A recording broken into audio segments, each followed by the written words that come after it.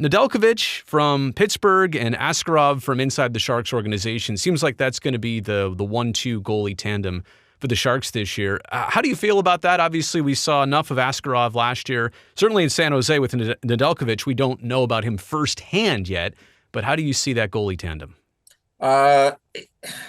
It is going to be interesting to see if Askarov's ready to play, say, 50-plus games. Right.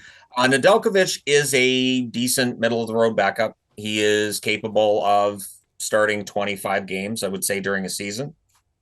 I think if you stretch Nedeljkovic a little too thin, then that's where some of his issues may come up. So Askarov looks like he's going to be the real deal. This is a good test for him and for San Jose's rebuild, because if he is, obviously, that's a huge piece of your team for the next 5-10 years. So he's going to be the starter, I would think, on opening night. And as long as they don't play Nedeljkovic too much, they'll be okay. I think the goaltending will be the strongest they've had in a while.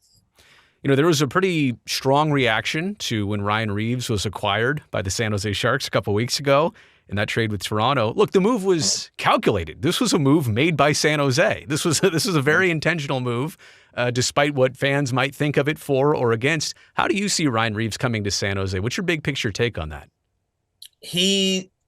Reeves is an interesting one because he doesn't fight as much as he used to. I think he only had one fight this past season with Toronto. That's right. Just the one. But he doesn't have to. Like, Reeves is basically that guy that can walk into a crowd and go, "Is there a problem?" And everybody will say, "No, sir, there's no problem. I don't have. Do you have a problem? I don't have a problem. We don't have a problem." I think that some of the edge maybe went off of his game in Toronto. Maybe he can refine that in San Jose. And again, he's an older player. He's played a lot in the NHL. He would have a lot of information to pass on. And I think that's underrated sometimes by fans, where I don't know why you pick up that player. You need those veteran players. You need those guys and for him too, he's been through so many different organizations. Mm-hmm. There's definitely going to be times where he's able to help. I don't think he's going to drop the gloves very often, and I don't think he'll play more than probably maybe 50, 55 games. But for San Jose, they don't have to worry about the cap hit. They don't have to worry about any of that right now. I think for veteran leadership, it's not like Thrun was in their long-term picture. So I don't think there's any risk to it for San Jose. Plus, I mean, with so many young players like the Sharks are bound to have, whether it is a Misa, but also an Eklund and a Smith and a Celebrini and a Graf, and you got players that, and Cagnoni eventually, you got young players that you care about. Isn't a 35-plus-year-old like Reeves just being around? Like you're saying, his presence, there is some like security about that. Like there is some protection feeling about that, even to your point, if he doesn't drop the gloves. And I'm not also not saying that's all he's expected to do. I'm just saying that part of it makes a lot of sense to me, at least. Yep. As long as he's deployed properly, I don't think it hurts their game any. Yeah.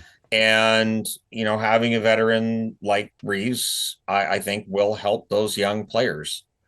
And he still chirps. He's still prominent when he's out on the ice. I don't see how he hurts. Like when you've got a team that's been at the bottom of the league for the last few years. Yeah. I don't think bringing in a fourth liner who can be an enforcer, I don't think that's a bad idea.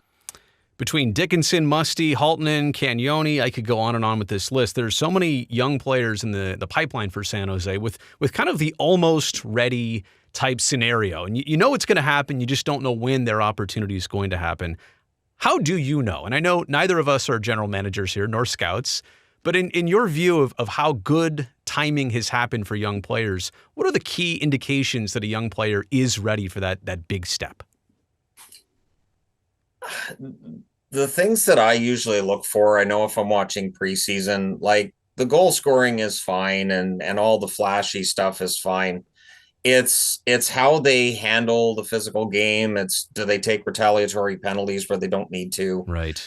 Do they have that maturity to turn the other way? Do they come back and play defense? Do they show that intensity? Like they don't have to body check necessarily, but have that ability to come back and play so that for a general manager, you can look and say, okay, this kid's somewhat ready. We can put him in a bottom six role. But if he's not showing that willingness to come back, like I remember watching a game, it was a preseason game for Vancouver, and Jordan Subban, I think, had 2 or 3 goals in that game.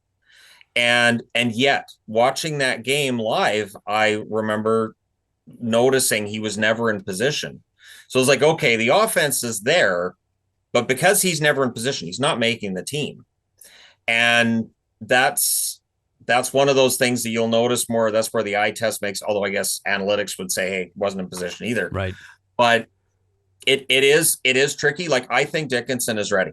Having watched a couple of Dickinson's games, I think Dickinson is 100% ready for his time with the Sharks. And I think he is exactly what they need on the blue line. The others, Musty probably needs a little more time. A couple of others probably need a little more time, but I think Dickinson's the real deal. And there's that feeling that, when you watch a game and you go, yeah, I think and you can't really articulate necessarily, but there's just the way they handle themselves. The thing I always say with defensemen is they don't look like a rookie, where you're not looking at the play and going, well, but he's young. Right. Yeah, he screwed that up, but he's young. And when you're not saying that about them, that right there says they're probably closer to ready. With Dickinson, I obviously watched his OHL season with London, and that was great, but it was the smallest thing. It was watching him skate at development camp, and the confidence and the way he was skating and playmaking, that sold me as much as watching anything he did all last regular season, which is crazy, but to your point, it's the eye test even more than the numbers in production. Hey, last thing I want to touch on here, Joe Thornton headed to the Hockey Hall of Fame in November. He's going to be officially inducted. No surprise, right? But the fact that he's a first ballot, literally the only thing he didn't get to do in his career was hoist the Stanley Cup. But what stands out to you as it being an obvious thing for Jumbo to be in? Thornton was such a great pure passer. He was very unselfish on the ice. I don't think him not having a Stanley Cup is necessarily. I remember that era for the Sharks and how many people piled on Thornton and Marleau, but I never felt like it was their fault. No. Like, I'm not one that blames one or two players if a team doesn't win a cup, because it does take a team of 20 players. Thornton he was a great guy. I never heard any complaints about him on or off the ice, and he played forever. And in a supporting role later in his career, he was still effective. So to me, it was obvious that he should be a first ballot Hall of Famer. His time in San Jose was absolutely fantastic.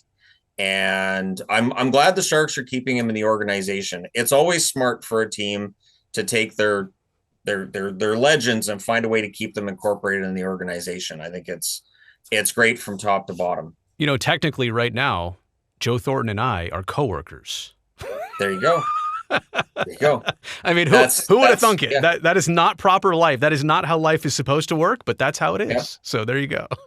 Yep. It's like I've had occasions where I know there was Mo LeMay I met in Chilliwack years back. He passed last year, but I met him and he was like, "Oh, I watch all your videos. Can I get a picture with you?" And I said, "No. I grew up watching you play hockey. I asked for the picture with you, not the other way around. That's weird." So we got a picture taken together, and it is weird. It is really strange when you have that experience that this person knows who you are, even. Or like the realization that they're actually hockey players that I watch on TV that know who I am. I don't even think about that. I put that aside because that's just, my brain can't process that. Well, you do a great job. You are so fun to watch on your YouTube channel. I want to invite everybody, if they're not already there, which I imagine they are, but tell a friend. Get everybody on the hockey guy, also the entertainment guy. I've heard of him. I don't know if he's related to you.